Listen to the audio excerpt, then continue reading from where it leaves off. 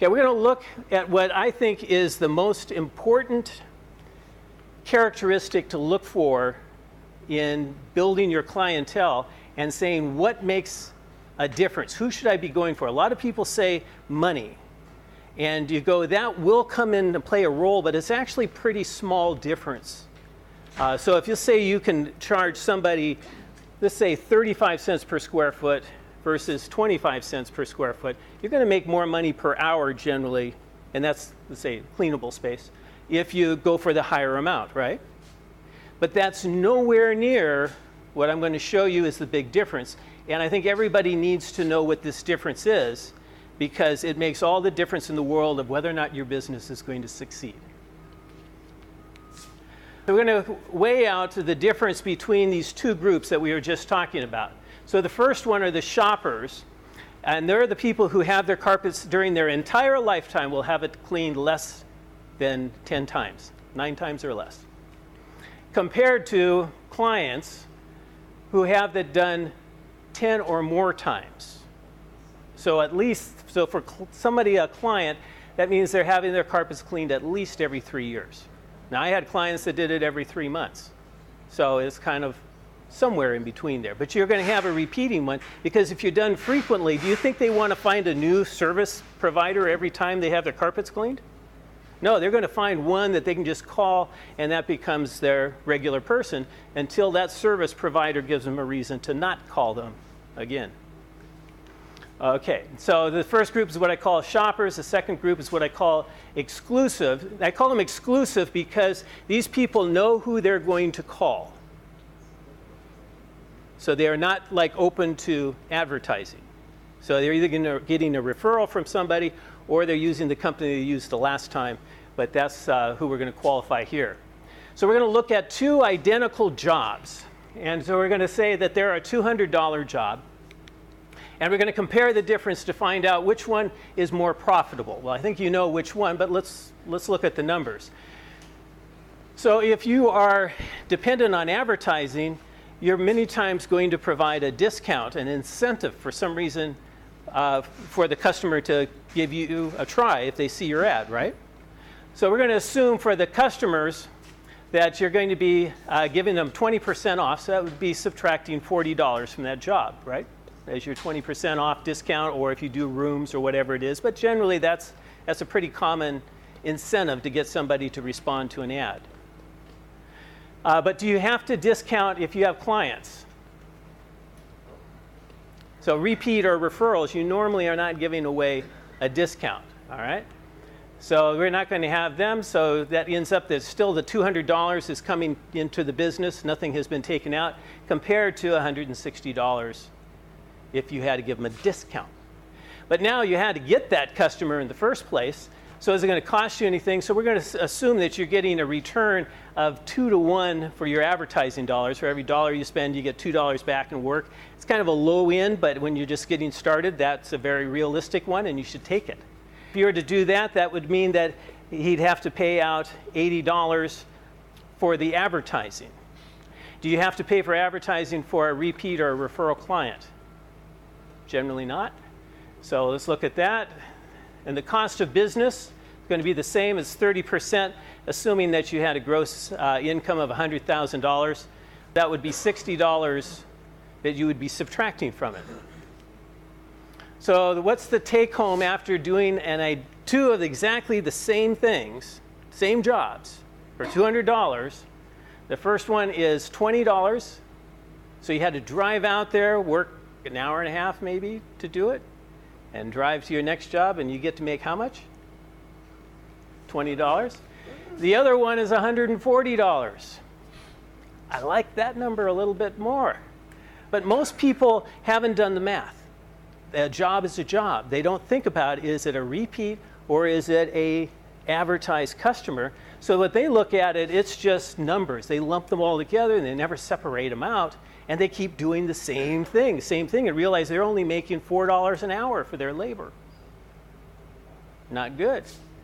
But when you look at it, there is a big difference. It's 7 times more profitable for doing exactly the same job if that was a repeat client versus an advertised one. That makes sense? Everybody realize how big that difference is? Okay. We advertise here. Does anybody advertise? Time to time. If your business is not fully booked, you should be, because that's the only way you're going to get it there. If you're waiting for that phone to ring, good luck. Good luck. What's that? Unless you're really big networking. Networking would be the way you try to solve it. Yeah, but you have to be, there aren't too many people who can do that. It takes a special skill. It can be done, but not very often. Let's compare, let's look at lifetime value, where the reason lifetime value comes in, because that starts to tell you how much can you spend to get a repeating client. Now, we were talking before the meeting over the pizza there, and I was telling about, I have one of my former clients who's selling his business up in Seattle. Does anybody like Seattle? And he does about $250,000 a year as a one-man operation. Should have two, but that's what he's doing. So his net is like almost 220 as a one-man operation. And I told somebody asked, well, what's he asking for? It's $450,000. So double what It's really what his clientele is, because you average out that your clientele repeats as an average of every 2 years. It would be 2 years worth of your clientele. So essentially, you clean those carpets one time for free. And it would be how, but that's worth it. But he's charging 99 cents plus per square foot cleanable space. Not cleanable, wall to wall. Wow. How long would it take you to find clients to fill an entire clientele that were paying you that much money, that you made that much profit? The other question I would ask somebody who is even starting to think about it, I go, what is the most money you think you will ever make in your life in 1 year? Maybe 100,000.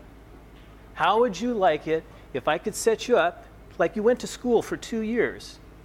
They pay you to go to school? Not normally. But at the end of the 2 years of school, you had a job that paid you $200,000 a year. How many people would go to that school? Yep, I'm there. Okay? So anybody wants to move up to Seattle, that's exactly how we would do it. So we're going to look at the lifetime values. We're going to assume that over time, you'll be able to raise your rates by 25% as an average. I hope that's, I tried to put as reasonable numbers in here as I could. But if you have a customer that's only one-time customer, are you able to raise your rates for that one-time customer? No, there's nothing there. But if you raise your rates by 25%, that would take that $200 job and make it a $250 job. So we're now going to do the math off of that new figure. So $60 for the expenses for doing it. The customer didn't have anybody at that time. Do the math. It's $190. We're going to keep working on this thing here. What's the value? Does a one-time customer repeat? No. How about a client? Okay, so now his average here after the expenses are gone is $190. And so we're going to say, let's just say they repeat every 3 years for the life of it. So then we'd say times 10, that would be $1,900 for that customer who repeats 10 times. That makes sense, Barry? My math right? That's good. Okay. And then you go, you're going to sell the client. How much can you sell a one-time customer for? Nothing. Well, there's people out there who will buy businesses and they don't realize that every client came in from a Valpak coupon and will never repeat. But that's their problem. A client, and we're talking just a mid-range, solid repeating client at a mid-range price, you should be able to sell that client for about $150 is what their value would be. So the lifetime value of the one-time customer was $20, and the lifetime value of the repeating client is $2,050. So you compare those two, and you go, that is 100 times more to get a lifetime, a repeating client. So when you're looking at how much do I spend for advertising, if it's for a one-time customer, you cannot spend very much. But if you have a plan that you can get referrals from it, you can get some of those people who are available to call back and build the clientele, then they are extremely valuable. And that's how most of you who are doing well did it, is you had people who stayed with you and repeated, and that's why you guys are making a lot of money.